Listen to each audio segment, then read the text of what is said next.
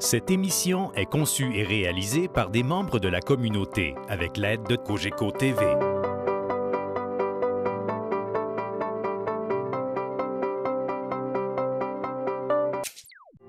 Cette émission vous est présentée en partenariat avec la Société d'histoire du Lac-Saint-Jean, qui se préoccupe de rendre accessibles les éléments de notre patrimoine qui ont façonné l'histoire de la région et la vie quotidienne de ses habitants, ainsi qu'avec la participation financière de la résidence funéraire Lac-Saint-Jean, propriété exclusive des gens du milieu, qui accompagne et soutient les familles endeuillées depuis plus de 3 décennies avec respect et compassion.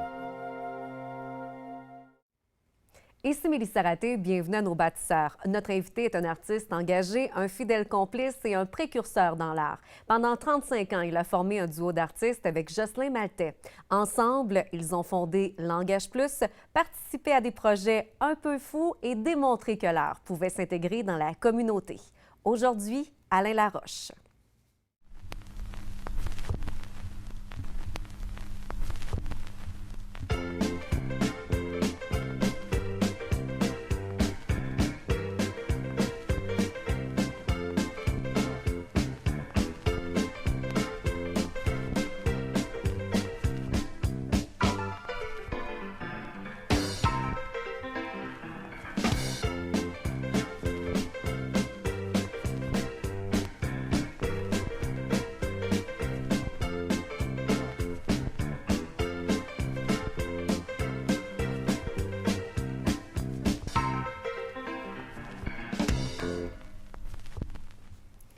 Monsieur Laroche, c'est un plaisir de vous recevoir pour nos bâtisseurs. On parle évidemment de votre carrière avec votre complice depuis les 35 dernières années. En fait, vous êtes originaire de Saint-Hyacinthe, vous avez étudié à l'École des beaux-arts. C'est à cet endroit-là aussi que vous avez fait la rencontre de votre complice, Jocelyn Maltais. Parlez-nous de cette complicité, pourquoi qu'elle dure encore et encore? Oui, c'est une bonne question. Ça, c'est de la fidélité, hein? Oui, c'est de la fidélité, mais on ne le savait pas au départ. Hein? On va dire, ça s'est fait au fur et à mesure des années. La rencontre s'est faite justement en 1977, entre 1977 et 1972. On ne se connaissait pas, évidemment. Les rencontres se faisaient même dans les corridors, puisque moi, j'ai fait un cours en peinture et Jocelyn est en sculpture, donc on n'était pas dans les mêmes ateliers. Mais, je ne sais pas, par un curieux hasard, on s'est mis à jaser, puis on avait des affinités, évidemment. Et puis, il y avait un auto, lui. Moi, j'en avais pas. Je prenais l'autobus pour me rendre aux Beaux-Arts. Et finalement, on a fait du covoiturage dans ces années-là. Et on jasait encore plus. Puis, on est devenus des amis qui fait en sorte que je me suis retrouvé à Alma, parce que normalement, j'aurais dû retourner dans mes terres à Saint-Hyacinthe. Et puis, il y avait des énormes familles, des familles de 15 et 20 enfants. Absolument. Dans les années 70, ça existait toujours. Et il y avait des polyvalents qui s'ouvraient. Et puis, bon, je suis venu travailler comme enseignant, d'ailleurs, avec Jocelyn et Alain Paradis et Jean de la Liberté. Et bon, il y avait plein de jeunes artistes qui arrivaient dans ces écoles. Et puis, nous, ben, on avait comme le goût de, bien sûr, enseigner, mais aussi de développer des institutions ou des galeries ou faire en sorte de rendre la culture plus dynamique. Vous et Jocelyn, vous étiez vraiment convaincus qu'on était capable de sortir l'art, de la mettre au service de la population, dans la communauté, puis surtout de l'intégrer à votre démarche artistique. Il faut bien se situer, c'est que entre les années 70 et 80, au Québec, parlons du Québec, les centres d'artistes se sont créés. Donc, on voyait Montréal se développer, Québec se développer dans les années 75-76. On avait des contacts avec ces gens-là. Et nous, on voyait que ça ne bougeait pas. Puis, les régions, c'était plus compliqué. Alors, mais on était enseignants au collège. Donc, on avait déjà une possibilité de développement en étant dans une institution postsecondaire. On pouvait avoir une galerie d'art. C'était possible. Donc, on a fait des demandes au collège qui, nous, à ce moment-là, nous ont donné une salle d'exposition qui s'est appelée la salle Tremblay, en l'honneur du peintre Léopold Tremblay. Oui. Et ça, c'était en 1978. Ça nous a permis, à ce moment-là, de faire venir ici des expositions majeur. Alors, de l'art contemporain, de l'art actuel, c'était peu commun ici. Donc, ça nous a permis de faire venir ces artistes-là, d'entrer en contact avec la communauté d'ici, qui ont resté un peu surpris de ce, de ce qui se faisait un peu ailleurs. On s'est dit, mais oui, mais nous, il faudrait aussi créer ici ce travail-là, ce type d'art-là, puis de l'exposer, puisqu'on venait se créer une galerie qui avait la capacité de la présenter. Donc, ça a commencé comme ça. Ça veut dire qu'en 1979, là, c'est devenu Langage Plus. La salle Tremblay a été gérée par Langage Plus, qui est devenu un centre d'artistes. Un des premiers centres d'artistes, d'ailleurs, dans les régions. Après Québec, Montréal, ça a été le Lac-Saint-Jean qui a créé un centre d'artistes reconnu. Et donc, on avait droit à des subventions gouvernementales. Ça commençait tranquillement. On pouvait amener les projets et tout ça. Donc, il y avait une effervescence là, forte d'artistes extérieurs qui venaient montrer leur travail. Ça nous donnait aussi un contact, un privilégié, comme artiste ici de la région. La communauté venait, pas tant. On s'est aperçu. La perception était difficile. Ce qu'on a pris conscience, c'est qu'on s'est fait plaisir comme artiste. Oui. Les artistes étaient bien contents de recevoir les artistes. Et il y avait évidemment, des gens de la communauté qui venaient à nos vernissages, venaient à nos expositions, mais c'était l'élite, appelons ça comme ça. Oui. C'était des gens qui avaient des connaissances de l'art, qui étaient nos amis souvent. Absolument. Donc, les amis des amis qui venaient. On dit, est-ce qu'on touche véritablement la communauté lorsqu'on fait des trucs semblables? Et ça, c'était le questionnement qu'on a eu vers la fin des années 70, 70, début des années 80.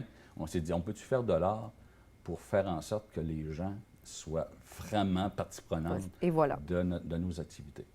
Langage Plus, ça a été fondé à la fin des années 70. Ici, on a un pot de peinture, mais en fait, c'est un galon de xérographie. Ça a été un des premiers projets avec Langage Plus et aussi les étudiants. Là. Puis vous êtes sortis des sentiers battus aussi avec ça. Là. Exactement. Une de nos forces, si on veut, ou de notre originalité, c'est de toucher aux technologies. À l'époque, le photocopieur était une nouvelle technologie. Et voilà.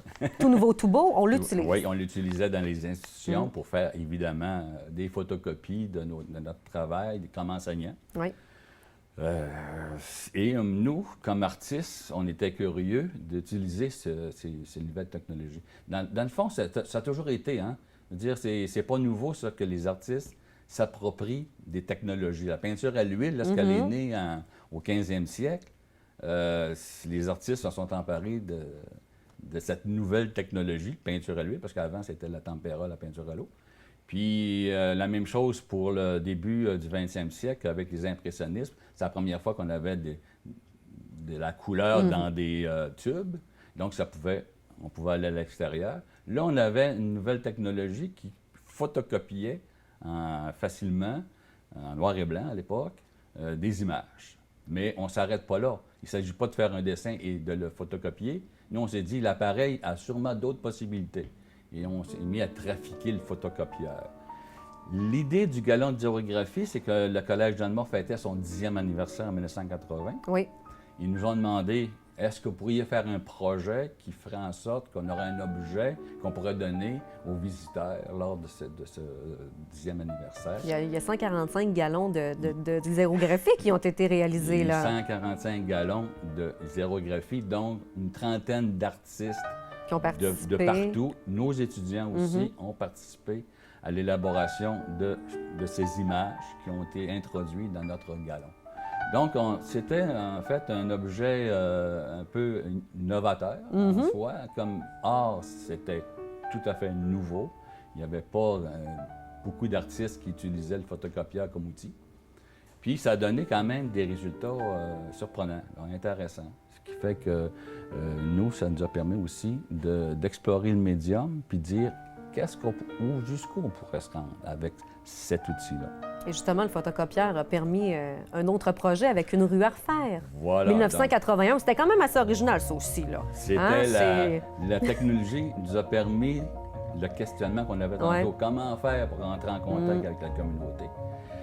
Bien là, il faut que je reconnaisse que Jocelyn Maltec, mon complice, a, pendant une année, expérimenté le photocopieur avec ses élèves en art plastique au collège et s'est mis à photocopier les élèves.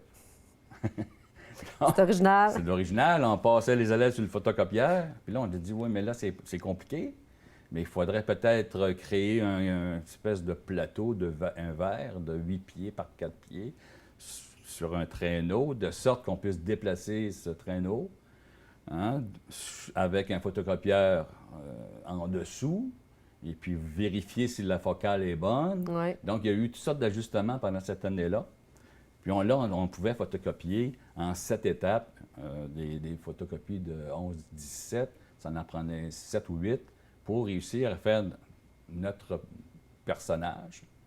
Et là, on voyait des belles grandes affiches. Là, on a dit, hey, là, je pense qu'on a un projet qui pourrait être intéressant à faire dans la communauté, c'est-à-dire on déplace cet appareil-là dans un centre commercial. Oui. Dans ce cas-là, c'était la Plaza 1. Et on profite aussi de la Saint-Jean-Baptiste. Ça s'est fait entre le 22 juin au 25 juin, une affaire comme ça. Les gens pouvaient se faire photocopier avec de la marchandise, C'était- avec leur C'était achat. pas si simple au départ. Non, c'est ça, La première c'est- des choses, on a demandé à Antonio Gérard. Monsieur Gérard, Aidez-nous, faites quelque chose. aidez-nous, fournissez-nous. Ça prenait des feuilles. On n'avait pas de budget. On avait simplement l'appareil qui nous avait été passé par Xerox, gratuitement.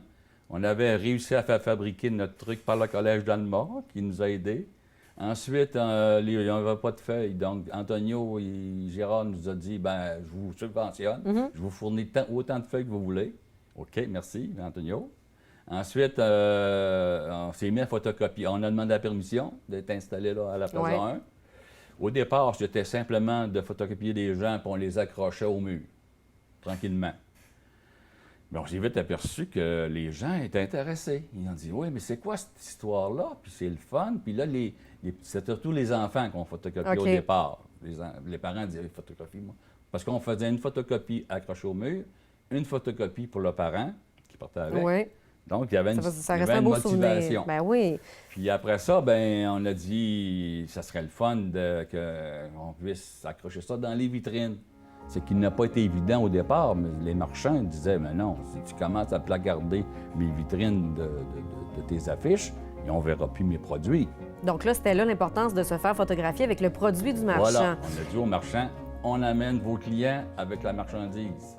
C'est assez extraordinaire comme projet. On en aimerait avoir plus, évidemment, au cours des prochaines années. Le temps file, M. Laroche, mais je sais que vous avez eu quand même une bonne collaboration avec les derniers collectifs d'artistes. On parle à la Corvée. Il y a eu également du côté de IQ l'Atelier et tout ça.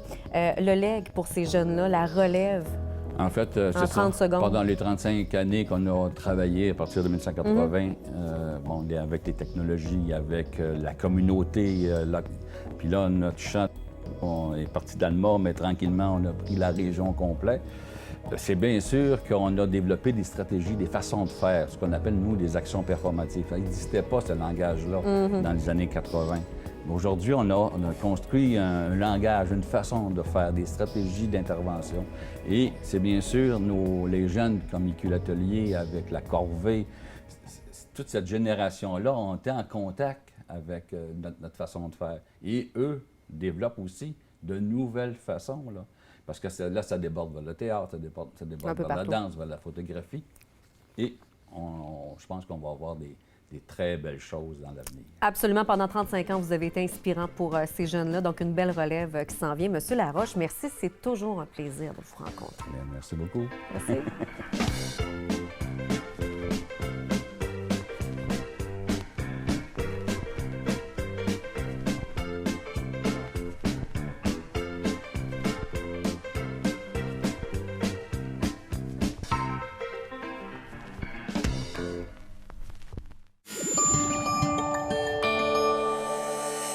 Cogeco TV, un service exclusif aux clients de Cogeco.